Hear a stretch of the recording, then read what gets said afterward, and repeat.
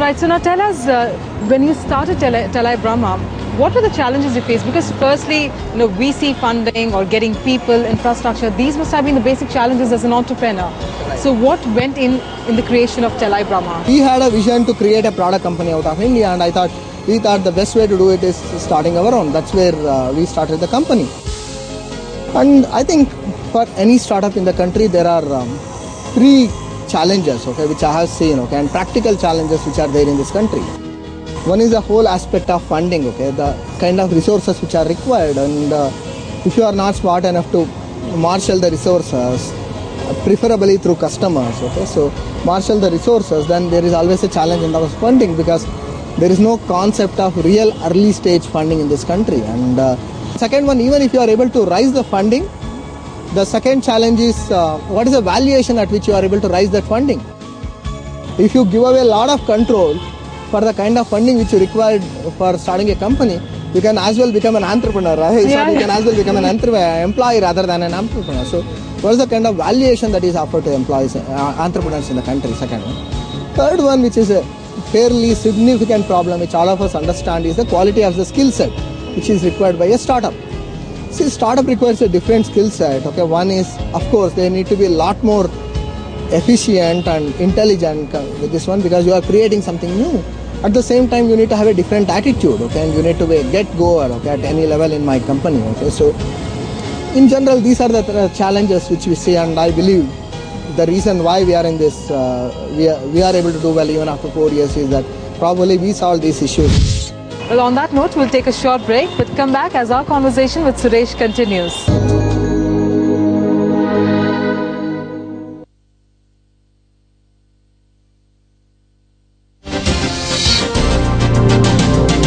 In which state was the electronic voting machine first used? A. Kerala. B. Karnataka. C. Uttar Pradesh. SMS your option A, B or C, followed by your name to 56006890 and win prizes worth 5,000 rupees today. Winner of the contest will be announced on the big news at 9 p.m. tonight only on News 9. Poll brought to you by G7 Laptops. G7 for Genius.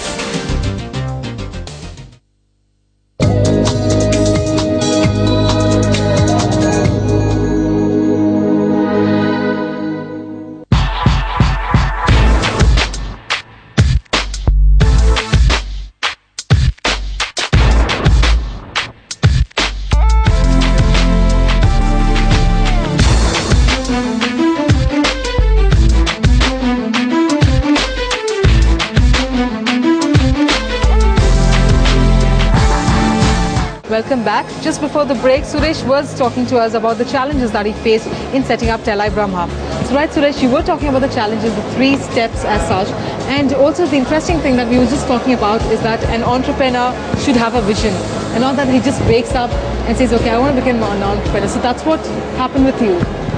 See, as I was telling you, there are 2 things which will make you to become an entrepreneur. One is vision, and what is your perception, what is the control you expect to realize that vision. So that's one thing. Having become an entrepreneur, there are 2 things which will drive you. One is, as an entrepreneur, you have to sacrifice. It's easy to say and think that your family comes first, and your personal life comes first, but it's not easy for an entrepreneur to do that. So there are a lot of sacrifices, and as an entrepreneur, from being an employee, you should be ready to see that your credit cards applications get rejected because you are not no longer a fat salaried employee. So there are a lot of sacrifices, and then you need to learn, you need to be a quick learner, and you need to have a lot of capability. You should be able to, one is having control, and second one is having ability to use that control, and you should have a lot of capability. These are the 2 things which will. Okay. So let's talk about Telai Brahma now. You were just talking about another co-founder of Telai Brahma, Mr. Ravi.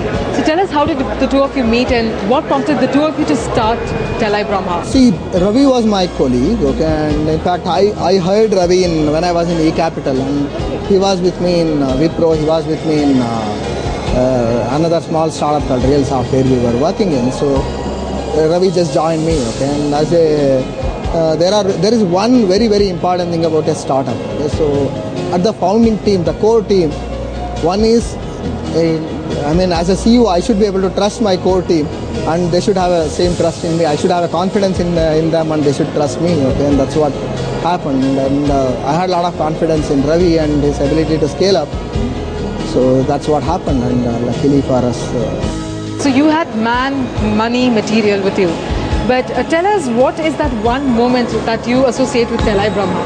One special moment. If I look back, the reason why we are here today, okay, so there was one particular event called, Bangalore IT.in again. I should give a credit to Bangalore, okay, being Bangalore. Bangalore IT.in, we were delivering a mobile solution for the event, and as part of the mobile solution, we had a stall, okay, and in that stall we realized, we thought about one thing, okay, instead of making stall really attractive, why can't we offer some mobile content to consumer who walk into our stall? So we told consumers, turn on Bluetooth to receive free content on your mobile phone. We didn't say what content. And there was a huge acceptance, huge queue in front of our stall where the rest of the stalls were empty. So that's the moment probably in which we decided there is a value in creating a network of our own. Okay. But you were talking to us about the challenges that you faced in setting up Telai Brahma. So how did you approach the VCs to do, to fund your company? We didn't, okay, and pretty much we didn't. Okay, so we started with cash flows. Okay, and what myself and Ravi did is we built some components on our own. Both of us were techies, hardcore techies. So we built components on our own, then we licensed it to some of the startups in UK, generated the revenue, and we used that revenue to start our operations in India. And we used the same revenue to invest in our products, okay? And for first 2 years, we were a self-funded, profitable company. And then we realized, while we could have continued in that direction, we thought an additional investment into the company can help us to focus on some of the aspects which we wanted to. For example, we can start seriously looking into Indian market. So we went and spoke to some of the investors. At that time, we could hardly find 1 or 2 investors who were investing in slightly early stage companies. And Kitwen funded us because while we were profitable, while we were generating revenue, we also had clear vision in terms of what kind of products we want to build and what kind of direction we want to take the company to. And that's what helped us to raise the first round of funding. In fact, recently we raised another round of funding. Of course, we gave exit to Kitwen. Okay. We raised another round of funding from Kitwen and Ojas. Again, the reason is same. We like the VCs, they liked us, and we feel they can add value to us and they can support us and they can trust us. That's where we went for second round of funding. Okay, great. Now, what is interesting is I'm sure some of our viewers will know that you were working with Siemens, E-Capital as such. So when all that was happening, was that this entrepreneurial streak in you throughout those 8 years that you wanted to start something? Yeah, probably as far as entrepreneurship is concerned, as soon as I passed out and I joined Siemens, I asked some of my friends to start a small company which is focusing on Indian healthcare market. And out of my salary, I used to pay part of my salary for computer rentals, and I asked them to start which was an amazing experience for us. And the second important milestone was I was part of a company called E-Capital, which was a startup by itself, right? Which was started by an amazing guy by name Suresh. And for many reasons, it was not a great exit for E-Capital Vector for various reasons, but that gave us a lot of learning, okay? And I personally learned a lot of stuff. From 2001, I was really serious about becoming an entrepreneur, at least 2001.